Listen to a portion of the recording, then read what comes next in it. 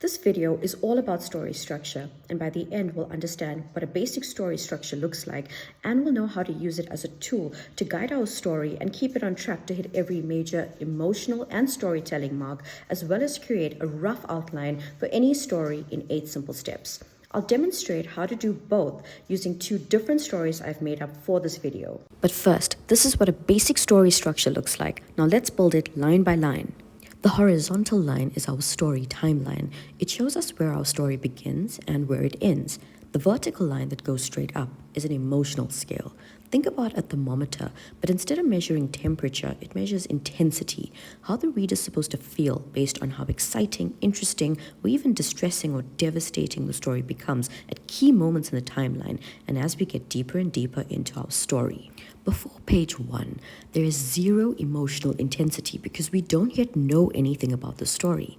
And that means that the second we begin our story on page 1, we must immediately begin to generate excitement, interest, or devastation and distress.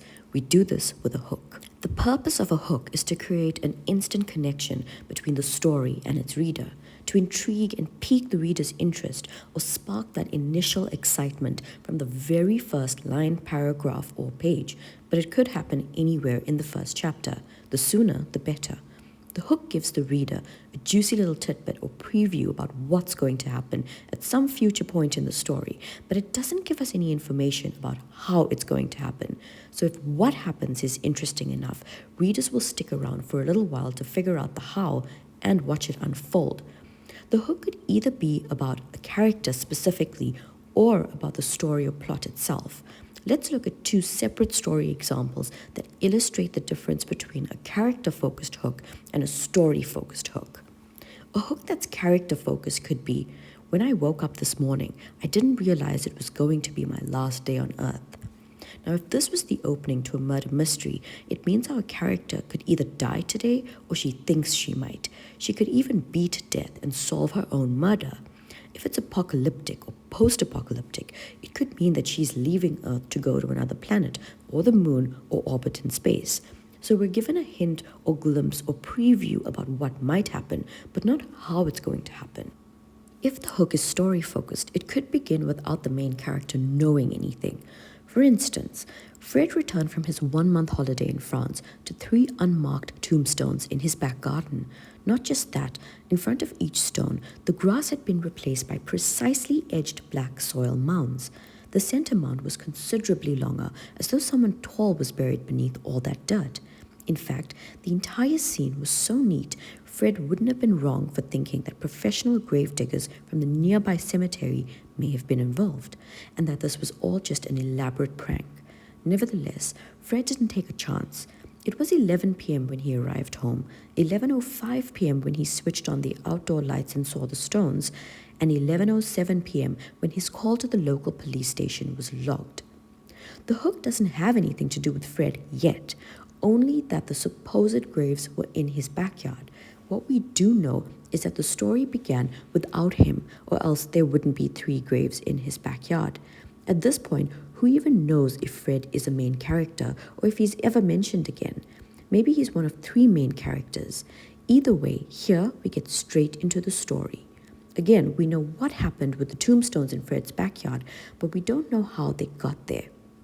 With the hook, questions immediately start forming in the reader's mind, and this is exactly what's supposed to happen. In the last day on Earth, we might wonder why she's going to die or how it's going to happen. Is it just bad luck or something that's orchestrated? Does she deserve it? We wonder who's going to be responsible. With Fred's tombstones, we'd probably be thinking about why there are 3 tombstones in Fred's garden. And if there's 3 tombstones, are there 3 bodies?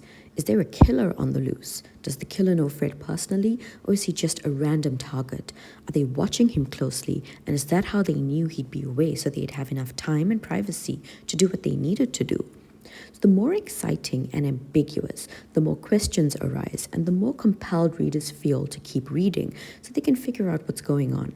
In a nutshell, they're hooked. Now, if the hook hooks the reader, then surely what comes after the hook should make the reader stay. And that is the purpose of the setup. Now, the setup does 3 things.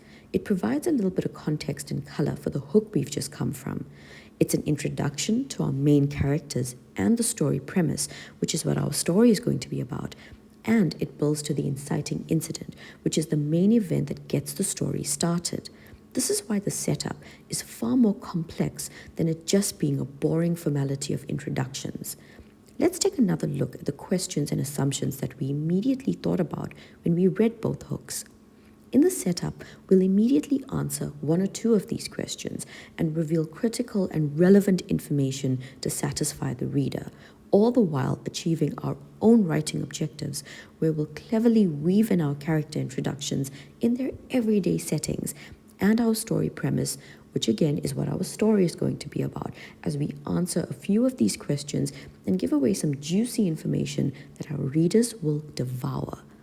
Going back to our two examples, in The Last Day on Earth, the setup could show our main character working in a secret underground lab on a naval base located on an isolated island. 200 people from all over the world work on this island, from scientists to engineers, doctors, technicians.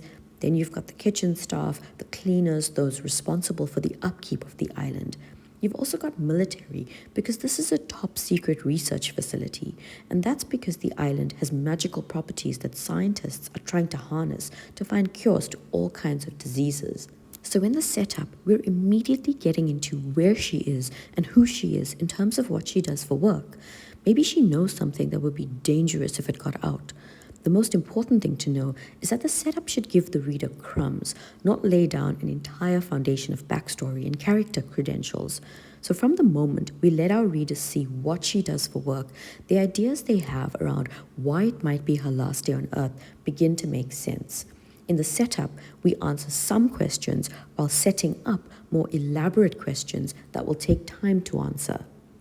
In the case of Fred's tombstones, in the setup, we could learn that there are bodies buried in Fred's backyard and identify who they are and if they're connected. We could also establish next of kin who could even be the main characters. Maybe it's a reporter and a detective and Fred, which is how we introduce them into the story through these murders. So we've got the groundwork for who's involved, where it's taking place, and the excitement of not knowing what's going to happen next. So the setup is meant to feel loaded because it's a build-up. Anticipation builds, there's a sense of foreboding the entire time, and we can't hold on to tension and suspense if there's too much information and backstory, because at the back of the reader's mind, they know that something is about to happen, and the longer we delay the payoff, the greater the chances of losing the reader. The idea of a payoff is what keeps them reading, and it's why the setup needs to be quick and balanced as it sets up the inciting incident. The setup aligns or sets up the characters in their initial setting so that the story can truly begin when the inciting incident happens. The setup provides essential context so that when the inciting incident happens, we know who the major players are and where they are. Now, the word inciting tends to have a negative meaning in everyday life, like inciting violence or inciting riots, which is to stir conflict. But in writing, conflict is everything. It's what makes the story. So the inciting incident is the event that introduces conflict into the story. Conflict so profound, so life-altering, that it forces the main characters to drop whatever they've got going on, which is their life as usual, and do something, act or make a decision. This is why we already need to have established who the main characters are in the setup, who they are in their everyday lives. This serves as their baselines, representing who they used to be, because the inciting incident will set them on a path that forever changes them. It triggers a transformation, whether good or bad, and with everything that they end up doing that they wouldn't ordinarily choose to do, the version of our characters we meet in the setup will never exist again. In the Last Day on Earth example, the inciting incident could look something like this. Our main character is happily living her life on this island, doing some of the most inspired work she's ever done. But she wakes up that morning and goes to work as usual to find a suspicious-looking vial of liquid in her desk drawer, her locked desk drawer, to which only she has a key. Not even maintenance has duplicates. They'd have to break it and make her a new lock if she'd ever lost her key, because that's how top secret the work they're all doing is. Now there's a note taped to the vial that says, "Stay calm, quiet, and read me." Inside are instructions not to get anyone else involved and to drink the vial's contents by 9 p.m. on the 24th of July 2025, or the last person she spoke to on the phone will end up in a crate to the Antarctic. She frantically checks her caller list. The last person she spoke to was her little sister. This is the life-changing event. This is the inciting incident. With Fred's tombstones, the inciting incident could be that the police call Fred, the detective, and the reporter in for questioning a day after the tombstones are found in Fred's garden. Because while it looked as though the tombstones weren't marked, it turns out that it was, but on the side facing away from the bodies. No ordinary person would have seen it before forensics got there because they were up against a hedge. But what they learn is that the tombstones weren't meant to commemorate the bodies already underground. No, they were meant to give the next 3 victims a chance to see if they could avoid the same fate. On these headstones, written in black marker, were the names Fred, the detective, and the reporter. This is the life-changing event. This is the inciting incident. All sorts of writing advice out there says, raise the stakes, make the stakes higher. And this is what it means to have high stakes. You put someone in imminent danger. You give them a clock. You show them that they're not safe anywhere, even in their own homes or with their own personally locked drawers. Or worst of all, that their loved ones will pay the price if they don't cooperate. These are high-stakes situations. How the characters react to the inciting incident leads us into the first chunk of Rising Action, where they're forced to try and resolve this predicament they found themselves in. Because at this point, they know that the consequences of not doing something will be dire. The stakes are that high. To get through this first chunk of Rising Action, our characters are going to have to go through 3 steps or 3 emotional phases, and not even necessarily in this order. They'll reel in disbelief because how in the world is this even happening to them? They'll make a number of decisions and take a number of actions. Whether it's the right thing to do or the wrong thing to do, they're going to be doing the most in this phase. Which brings us to the third thing they'll do. They'll try and they'll fail a lot. In the first chunk of Rising Action, it's the characters who are responsible for those actions, and those actions are what makes the story. But the way they act depends on who they are. So it's in this first chunk of Rising Action that we need to establish our characters, our main and side characters within the plot as we ground our readers in the setting. This is the objective of the first chunk of Rising Action.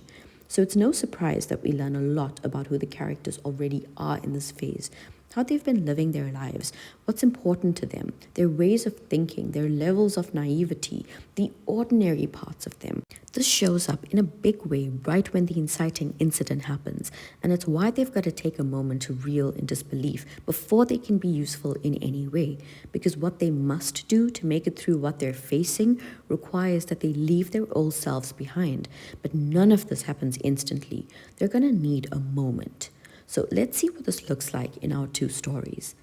In the last day on Earth, our main character is in shock. She's reeling in disbelief. She's having to confront some scary realizations that someone's been watching her and that they have access to whatever information and places she has access to. She doesn't know if she's safe in her room. She's made so many friends on the island, she can't wrap her head around the fact that someone's betrayed her. She's been living the life of her dreams straight out of university, handpicked for this program, and even got promoted twice because of her dedication and her ability to see things differently than everyone else, all the breakthroughs they've made because of her. But she didn't realize when she woke up this morning and when she was singing Taylor Swift in the shower that this would be the day that her life would implode. This is her reeling. With Fred's tombstones, no one's more rattled than Fred. He's shell-shocked. The reporter, this is nothing new for her. She's had threats made against her before, but no one's ever followed through. The detective, he's already in detective mode. He waits for the reporter and Fred outside the precinct and approaches them. They, of course, want nothing to do with him, but reluctantly agree to a coffee down the road. They've actually all been suspicious of each other since the day before. I mean, what would the killer likely do? Probably make themselves look like a target or a potential victim. So it takes a bit of convincing, not too long, but when they all get a message at the same time, they know that the only way to find their future killer is to work together. And the first thing they need to figure out is why those 3 people in Fred's backyard were killed in the first place. So in both examples, we see how our characters deal with what they've just learned. We see them real. And when they reluctantly switch to accepting that the situation could be true, that's when they know they need to act. But how? They'll try to adapt, but it's hard for them to stop thinking like the old versions of themselves. It's challenging accepting their fate. Sure, they're doing what they need to do, but they're mostly in denial about it all, just going with the motions. This means that they'll make a lot of mistakes and ever so often revert to their old selves, their old ways of thinking and behaving. They do have a few wins, get a few things right, but those are followed by some devastating losses. Let's see how that looks in our two examples. In The Last Day on Earth, her first action is that whoever's watching her is going to expect that the first thing she'll do is check up on her sister. So that's exactly what she does. Her voice is shaky, the smile on her face is false, but this seemingly harmless call is a coded message. They haven't used their secret language in over a decade, and no one knows about it but them and their late father, who taught it to them. Her other action: trust no one on the island. See who comes to her first. She's got a day to figure it all out. Because we're following one specific character's journey, in this first chunk of Rising action, we'll learn about what she does, what it means, not just for her, but for humanity. I mean, if she wasn't onto something big, no one would be interested in her. So it could even mean that someone wants her distracted so she won't notice that the real focus is her work, because all she'll be focused on is her sister. We'll explore her relationships with key people while she's in this frazzled state of not trusting anyone, even those who could genuinely help her. She's going to be second-guessing everything and everyone, and she's going to ask herself, why is this happening to me? What did I do? In Fred's Tombstones, the action lets us follow our three main characters, Fred, the reporter, and the detective, as they go about doing their thing, getting deeper into the plot. The characters will come together to share information and brainstorm. They're going to be interesting, flawed, complicated, and readers are going to be able to see themselves in the way these characters reason the situation out and make decisions. They're going to make silly mistakes, blame each other, learn to trust each other, go on adventures, clash and fight, and have moments where they're not speaking to each other for a while. And it's in this first chunk of Rising action that we're going to see glimpses of who they could become or what their potential is, if that's the type of story we're aiming to tell. But we'll also begin to see what's holding them back, what the skeletons in their respective closets look like. Does it seem as though they're hiding something, or do they have hidden talents that will be specifically helpful for solving this case or being in this situation? When we're in the first chunk of Rising action, it should feel as though we're building towards something important, a major event, realization, or reveal. And when we hit this moment, we know we've arrived at our story's midpoint. The midpoint separates the first half of the story from the second half of the story. And if we want to visualize it in another way, if you think of a story as being made up of two parts, then the midpoint separates the first part of the story from the second part of the story. This is all to say that the midpoint doesn't need to be exactly 50% or halfway in. In reality, it could be anywhere from 40 to 60% in, and it depends on how our specific story needs to be told. The midpoint is characterized by a major event, realization, or reveal. Whatever this midpoint event, it shakes things up for the characters in the kind of big way that sees the story hit its first emotional peak. And that's because it might make them feel as though they knew nothing and like they've been 10 steps behind this entire time. It's almost like a second hook, because what the characters decide to do in response to this event is what gets us to the end of the story. But whatever this event is also forces a moment of pause and recalibration, where the characters lick their wounds and get their heads on straight. This is the reason why we see a slight dip from the emotional peak we just reached with the midpoint event. Let's consider how our characters were operating in the first chunk of Rising action. They were barely coping. They were in denial, feeling sorry for themselves, grasping at straws, or even reactive in how they were trying to figure out their situation or predicament. But this all stops with the midpoint event when something fundamental shifts within them. They actively decide that they're done being messed with. They lock in and are ready to do whatever it takes. This is why the midpoint is often called a turning point or a point of no return, because after the midpoint event, our characters will never be the same again. So who the readers meet in the setup and what they saw of them in the first chunk of rising action will be different from the midpoint onwards. They'll be unrecognizable even. Let's check in with our two stories. In the Last Day on Earth example, the main character's midpoint event could be the moment she realizes that whatever she's got going on has nothing to do with her or her sister. The reality is that it's all about what she's discovered and what it could mean for the world. Her sister is just how they got to her. It's how they got her to comply. But she comes to this realization. She figures it out. And the implications are bigger than she could have ever imagined. The readers might already know it for a bit, but that creates the added suspense for the moment she figures it out. Now everything is different and she needs a moment to figure out her next move. And what she does going forward will be because she's armed with this new knowledge. With Fred's tombstones, the midpoint event could be the moment one of our main characters, either Fred, the reporter, or the detective, is abducted in exactly the way the threatening messages they've been receiving said they'd be. Now there's a clock counting down on how long the character that's been abducted will remain alive unless they're found in time.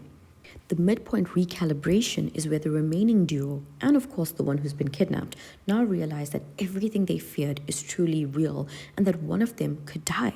Maybe up until this point, there was some room for this isn't real and someone's just messing with us. But the way in which the abduction happened, they were the only 3 people on the planet who knew the safe house location, and it couldn't have been the 2 remaining targets because they've been engaged in an affair ever since the stakeout. They haven't left each other's side, so now they need to take a moment to not just absorb what's happened, but also figure out how to move forward and who they can trust. So our midpoint sets the story up to take off again in the second chunk of rising action, which is faster paced, has more action, even greater emotional intensity, and most importantly, characters who rise to the occasion. The second chunk of rising action is fundamentally different from the first chunk of rising action because our characters are fundamentally different. They've used the midpoint wisely. They realize that what they've been doing hasn't worked out for them, so they need a new strategy. They've taken in the new information and they've paused to recalibrate, to reset themselves after everything they've just been through, where they were reacting to circumstances as they arose instead of thinking and planning. Now, in the second chunk of rising action, our characters are more self-aware. They're stronger, more adaptable, and able to think critically and see themselves and others for who they truly are. Let's see how that could look. In The Last Day on Earth, our main character has a plan to use her discovery as leverage. The bad guys didn't bank on her figuring it out. They just needed her out of the picture before she realized what she was onto. It was just raw data. She hadn't even looked at it herself. But now that she knows what the bad guys really want, it's time for her to take the wheel. Be unhinged. Trust that her sister figured out her message and got to safety.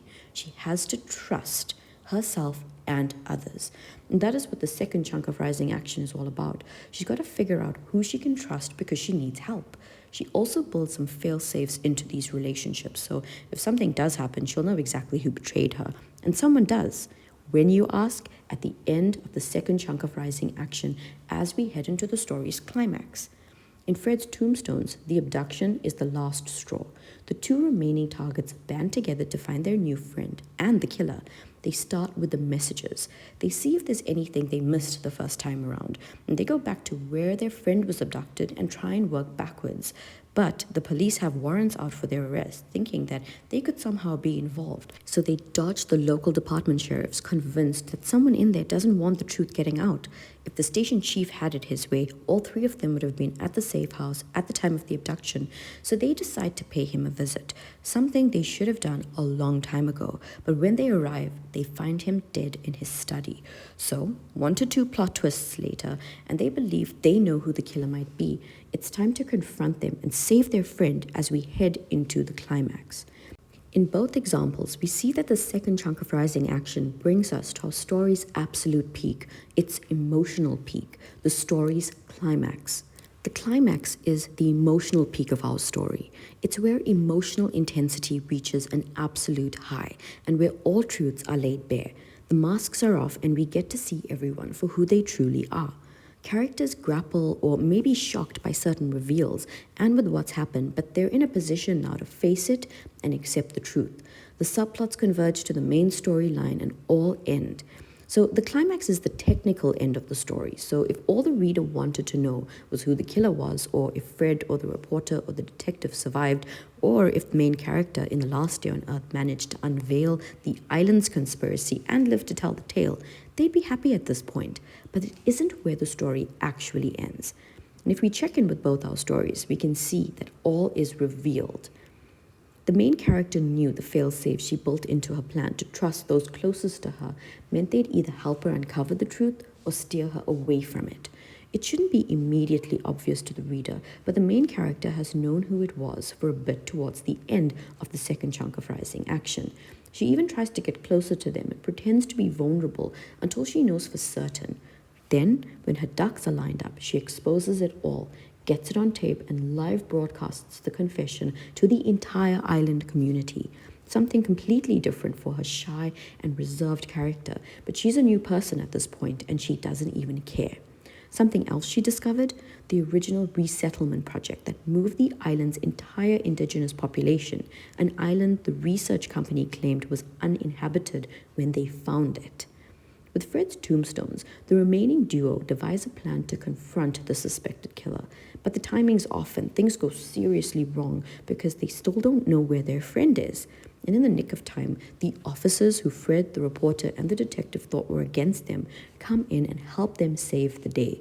The killer is apprehended and their friend is saved. And the links between the three bodies and the three targets is finally revealed. But even as the climax reveals all the pertinent information, there'll still be a couple of things that just don't sit quite right and don't make sense. And this is why the resolution exists, to tie up any loose ends and answer any unanswered questions. So, if the climax is a gasp, then the resolution is a nice, long exhale. The climax is the end of a story, and it's quick, brutal, and exciting, but it'll probably leave out the extra details that, if we added it onto the climax, would make it less quick, brutal, and exciting. And that's why the resolution exists, to explain, to get to the heart of whatever's been discovered and why it was all so. That's why it's 100% satisfying. Yes, there's a sharp drop in emotional intensity, but only because we know the story is about to end and we're no longer building to anything. So there's no anticipation, nothing lurking around the corner. We're simply winding down. But the resolution also has an important job. It's functional because it answers what's been left unanswered. And anything left unanswered is a loose end. But why was it left out in the first place? It could be strategic because revealing it too early could give away an upcoming plot twist or an intentionally mysterious plotline, or it would drastically reduce the storytelling impact and punch if revealed or over-explained in the moment. But it still requires a little more information to prevent it from becoming a plot hole, and this can safely happen in the resolution. But the resolution is also meant to be satisfying. Yes, unanswered questions are answered and anything left unsaid is finally said, but we could also get a glimpse ahead to our characters somewhere down the road, safe and at rest. The resolution could show us a different side of them being perfectly ordinary. This is emotionally satisfying and the absolute end of our story. Now, let's do a final check-in with our two stories. In The Last Day on Earth, the resolution could provide answers to questions like, how did your sister know to get to safety? Did the bad guys know anything about the main character when they didn't even work on site? She realized the only way the information could have leaked was during a shutdown procedure initiated by her supervisor that resets the security codes. And that was the day the guy who normally does it was out sick from food poisoning, that sort of thing, just wrapping it up. With Fred's tombstones, it could be answers to questions like, why did they put the bodies in Fred's yard and not in the reporters or the detectives? Because maybe location was important. They all needed to come back to where their spouses went to high school so they could learn about what they did to the bad guy, to see why they needed to pay the ultimate price. Or things like, how did you know to check the off-site mailbox? Little things here and there that, if left unanswered, could look like a plot hole, especially in mystery novels. And with that, we're at the absolute end of our story. And with everything resolved, we can leave it be. I hope you've enjoyed this video. If you want to learn how to write a story, follow along for more. And don't forget to check out my murder mystery write-along series where we're writing a novel together from scratch.